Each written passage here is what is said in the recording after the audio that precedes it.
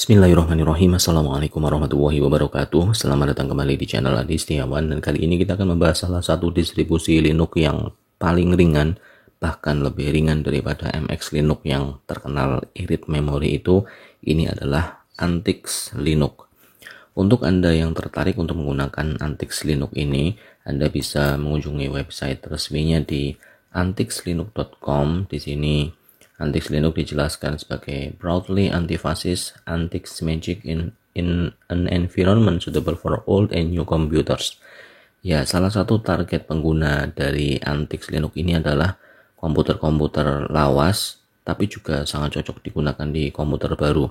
Karena tren yang ada di dunia Linux ini terkadang kebutuhan pengguna itu tidak hanya soal desktop tampilan yang bling-bling, yang sangat customizable seperti Deepin atau yang terbaru Qt Face, tapi ada kalanya tampilan klasik itu masih ada pasarnya tersendiri, dan Antix Linux ya sepertinya akan masuk ke dalam segmen pasar seperti itu. Ya, di sini juga dijelaskan bahwa Antix is a fast, lightweight, and easy to install system D free. Untuk Anda yang mencari sistem Linux yang bebas dari sistem D, maka Antix Linux ini bisa dipertimbangkan.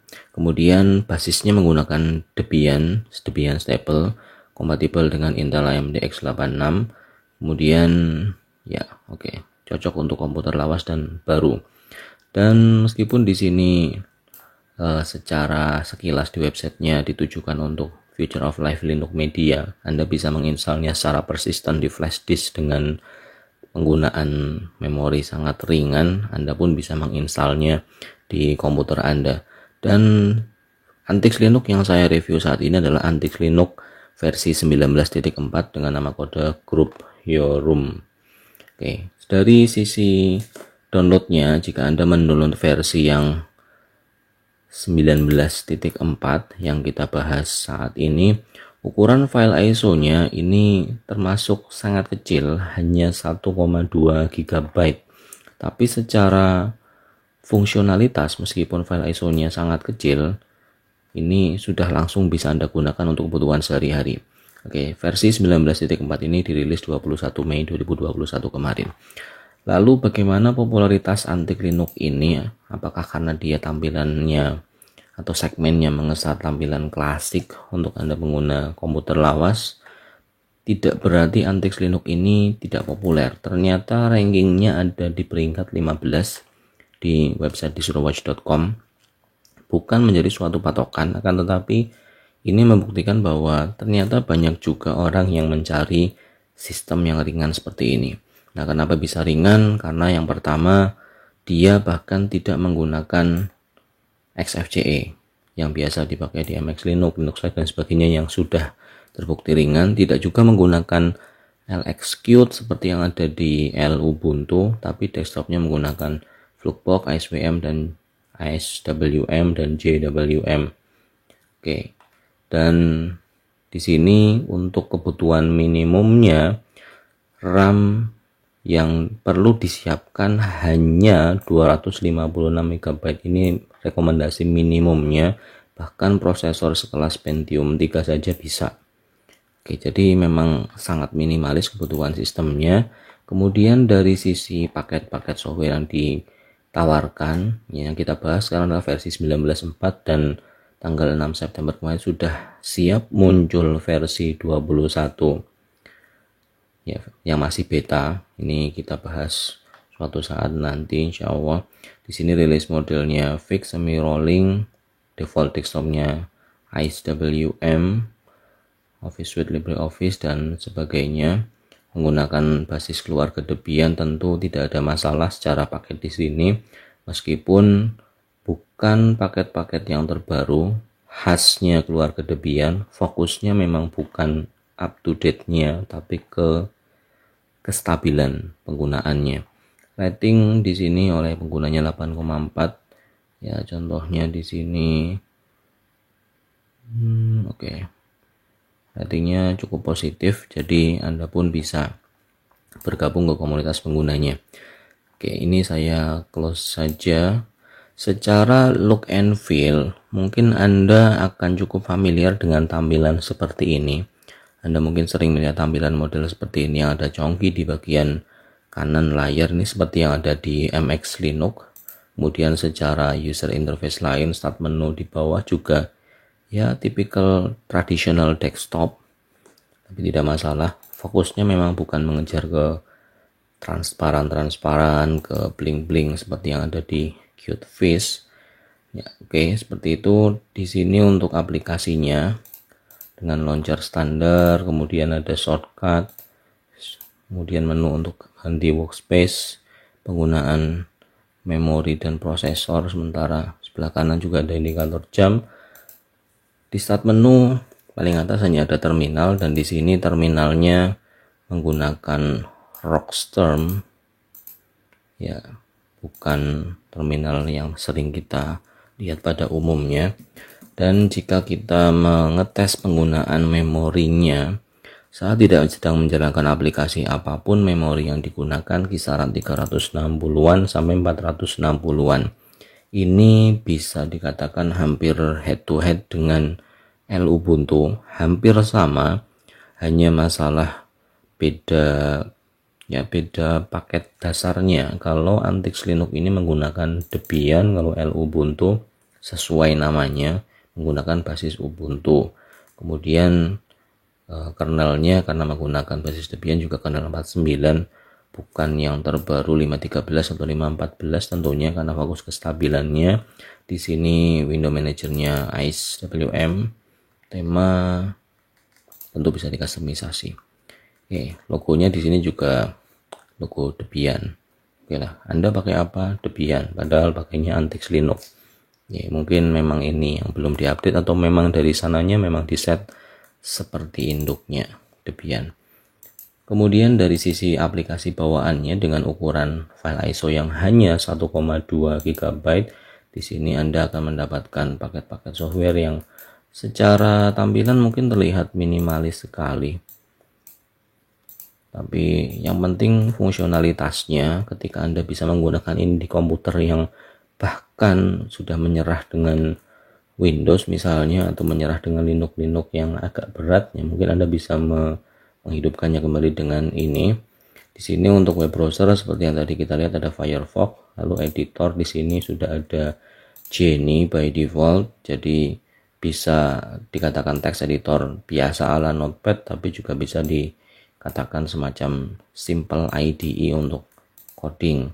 Kemudian AppSelect application, nah di sini ada kategorisasi aplikasi yang spesifik dibuat oleh Antix. Di sini ada Android device USB connect, kemudian Antix auto remove, Antix update, user manager, ya semua yang berawalan dengan Antix. Kemudian ada Blacklight, Wi-Fi, chroot, CLI apt base package manager, sebagainya, ISWM toolbar, ISO snapshot, live USB maker.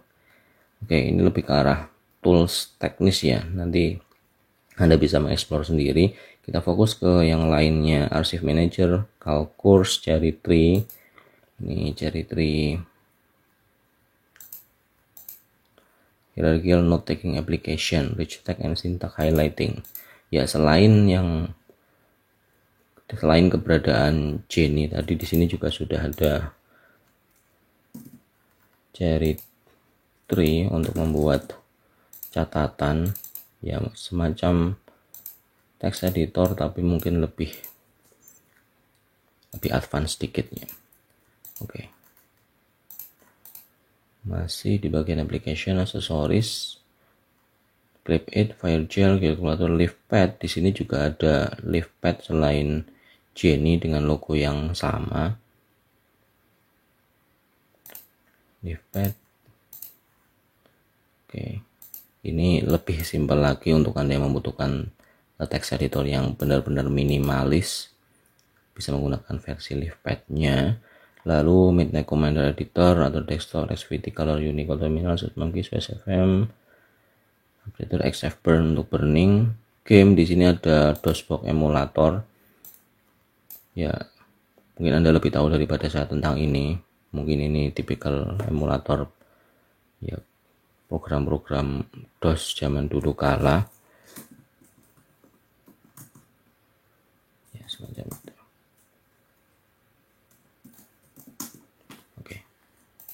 secara fungsionalitas yang nanti perlu dieksplor lebih lanjut.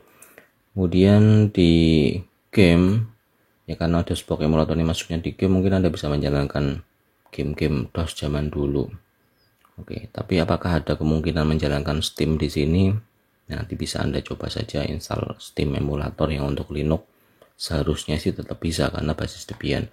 Kemudian hanya ada 2 game yang siap dimainkan. Yang pertama Jeweled, ya game ringan dan ya sesuai Linux-nya, memang untuk kebutuhan yang ringan-ringan.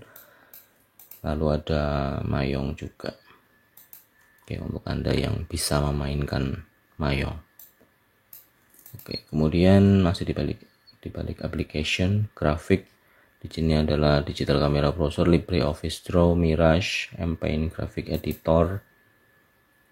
Oke, Paint versi minimalis juga ini.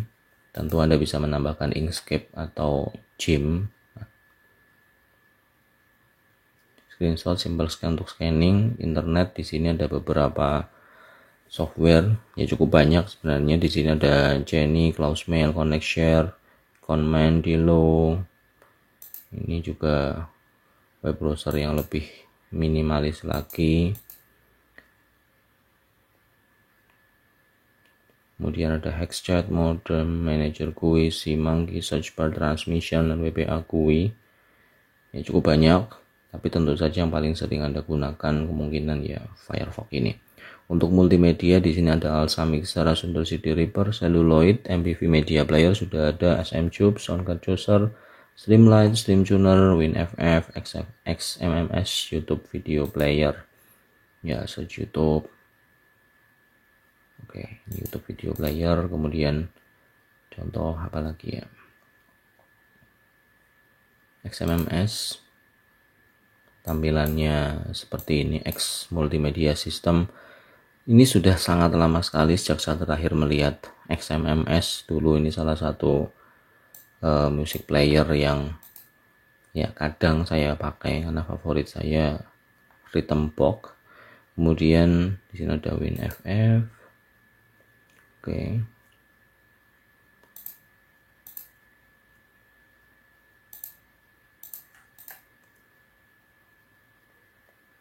StreamTuner.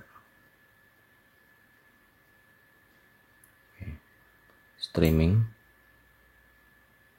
radio online dan semacamnya, tune in dan sebagainya.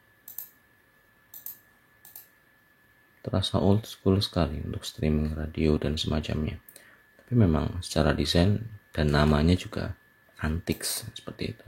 Streamlight dan Once. Oke, nanti Anda coba saja. Masih di bagian application, di media, Soundcard Chooser, podcast, ada MPV, ada Celluloid. Untuk MPV media player seperti biasa, kemudian juga tersedia Celluloid. Oke, untuk Anda yang menyukai tampilan yang ya agak berbeda seperti itu. Oke, secara multimedia player tidak ada masalah. Di sini sudah cukup lengkap. Kemudian walaupun ukurannya 1,2 GB, kecil sekali untuk ukuran sebuah distribusi Linux yang lengkap, tapi di sini sudah ada LibreOffice Suite-nya, dan ternyata meskipun menggunakan basis Debian, kernelnya masih berkepala 4, belum kernel 5, di sini sudah ada LibreOffice versi 7. Ya, bahkan di pin saja masih membawa LibreOffice yang versi lawas, tapi di sini sudah versi 7. Ya, tampilan boleh jadul, tapi kelengkapan software khususnya yang Office ini karena menunjang produktivitas sehari-hari tentunya, ternyata sudah diberikan sentuhan aplikasi yang cukup baru. Ya, sebuah good news tentunya. Di bagian preferences, ini pengaturan sistem kayak biasa saja. Kemudian programming, Jenny dan Vim Jenny tadi sudah kita lihat. Oke, kemudian tentu saja untuk Anda yang membutuhkan tools yang lebih ringan lagi, di sini sudah ada Vim versi 81, belum versi 82, tapi tidak masalah. Oke, lalu di terakhir sistem ini juga technical, tidak usah kita bahas aja. Di sini ada Roxfiler dan semacamnya. Yang berawalan Rox berarti yang versi umum dari sebuah software umum yang dibuat jadi lebih ringan lah intinya dengan Rox ini. PC information. Oke. Ya, mungkin sekilas kalau kita lihat di sini secara aplikasi banyak yang mungkin agak bloat ya. Tidak terlalu minimalis. Tapi mengingat ukurannya 1,2 GB, ada sedemikian banyak aplikasi, sebenarnya cukup mengagumkan. Ya, terlepas dari kita nanti akan membutuhkannya atau tidak, tapi ini bagian dari sistem yang dibawa, jadi tidak ada masalah. Yang penting di sini fungsionalitasnya memang tetap ada, termasuk misalnya Anda membutuhkan HTOP untuk informasi, sistem boot repair sudah ada by default. Ya, seperti itu. Ini masih di bagian application. Di personal hanya ada help video, recent file, desktop, app killer, control center. Nah, di sini untuk pengaturan semuanya bisa dilakukan, termasuk misalnya choose wallpaper. Anda bisa memilih wallpaper bawaannya yang ya cukup sederhana. Kemudian kita sudah sampai di bagian customisasi. Di sini kalau kita berhenti membahasnya hanya sampai di bagian ini, maka mungkin kesan pertama Anda ini Linux yang terlalu biasa saja. Tapi di sini perlu saya tunjukkan bahwa pasar terhadap sebuah tampilan klasik itu masih ada, dan di sini ada theme yang mungkin membuat Anda sedikit bernostalgia dengan masa lalu Linux seperti apa. Di sini bagian setting, kemudian themes. Di sini ada Truth Eyes. Saya pilih yang medium. Ya, secara look and feel sudah berubah. Oke, kemudian saya ganti yang lain. TMS, Sunny Day, atau Simple Black medium supaya panelnya tetap medium. Ya, customisasinya juga berubah dari sisi panelnya. Kita coba buka salah satu aplikasi untuk melihat seperti apa perubahan yang ada di sini. Quiescent medium. Oke, ini salah satu favorit saya di masa lalu dengan panel seperti ini, tradisional, dan ya sebuah pendekatan yang sangat berbeda dibandingkan dengan KDE atau Deepin dan desktop environment yang modern lainnya yang sekarang lebih ke arah transparansi, translucensi. Di sini masih model yang ya sangat mungkin sudah seperti ketinggalan zaman, tapi tetap terlihat menarik. Oke, Pretty Pink medium. Oke. Metal ISWM. Ya, tampilannya juga langsung berubah, dan proses perubahannya ini sangat cepat. Corstro medium. Oke.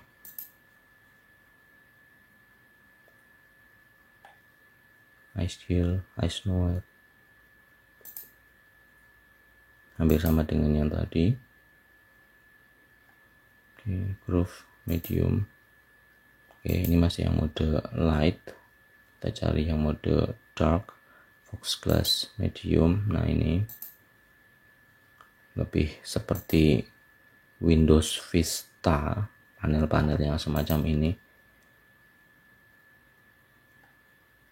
Eco Green, ya, untuk Anda yang menginginkan nuansa agak army, mungkin bernuansa hijau, di sini juga tersedia Eco Green.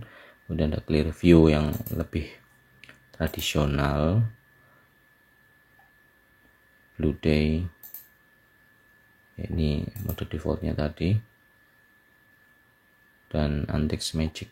Ini ada red medium. Oke. Ya, seperti itulah.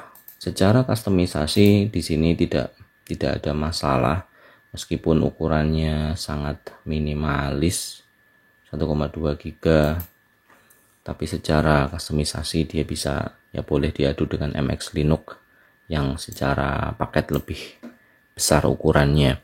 Dan di sini pun Anda juga mendapati suatu tampilan congki. Di sini terbacanya RAM yang digunakan saat ini 189 MB dari total 1,9 GB yang saya berikan. Bisa memantau performanya, lalu ya secara tampilan tadi apapun yang kita pilih dari sisi menunya itu langsung terjadi perubahan yang sangat instan, sangat ekspres. Kemudian untuk menambahkan aplikasi baru, tentunya yang pertama Anda bisa melakukannya lewat terminal dengan menggunakan keluarga Debian sebagai basisnya. Anda bisa menambahkan aplikasi baru dengan perintah sudo apt install. Di sini karena masih dalam mode live, passwordnya demo, ya proses instalasinya berlangsung dengan kecepatan pemrosesan tergantung koneksi internet yang Anda miliki. Kemudian apakah di sini ada software manajernya, sistem. Untuk menginstal paket Debian ada GDB package installer, minimal seperti itu. Ya, ada package installer juga di sini. Anda tinggal memilih popular application, sudah terkategorisasi audio, browser, kemudian children, desktop environment.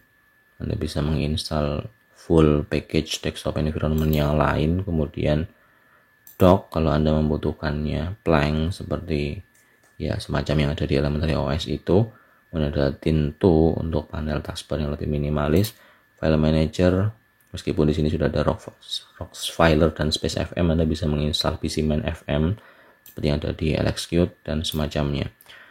Oke, termasuk untuk Teams, package management, Synaptic, ini sudah ada by default.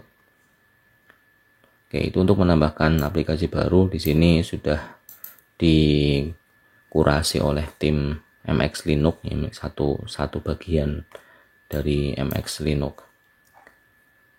Oke, kenapa ada MX Linux? Ya karena timnya saling sharing project atau semacamnya. Oke, berarti di sini ada Synaptic juga. Bukan select. Ya, tapi minimal seperti itu. Anda sudah ada gambaran cara menambahkan aplikasi barunya. Dan untuk menginstal Antik ini ke sistem komputer Anda, di sini tidak menggunakan Calamares atau semacamnya. Di sini ada Antix Linux installer yang secara tampilan mungkin agak sedikit berbeda dengan Linux yang lain. Tapi secara alur pengerjaan atau alur cara menginstalnya tentu hampir sama. Ada kustomisasi disknya. Ya, di sini Anda harus membuat RAM-nya, kemudian set ini sebagai root-nya. Ini untuk swap-nya, misalnya seperti itu. Format swap ext4, kemudian tinggal ya format dan sebagainya. Nanti membuat user baru. Ya, seperti tahapan yang sering Anda lakukan untuk menginstal Linux, baik menggunakan Ubiquiti seperti yang ada di Ubuntu maupun menggunakan Calamares seperti yang ada di Manjaro. Oke, seperti itu tentang Antix Linux. Ini adalah sebuah distribusi Linux untuk Anda yang ingin ya tampil lebih old school di era Linux yang modern. Untuk Anda penyuka tampilan yang ya kesannya mungkin agak jadul, tapi bukan jadul ya, klasik seperti itulah. Oke, seperti itu. Ini adalah salah satu Linux yang menarik. Silahkan Anda coba saja. Baik, begitu saja review saya tentang Antix Linux 19.4. Terima kasih atas perhatian yang diberikan. Saya akhiri video ini. Assalamualaikum warahmatullahi wabarakatuh.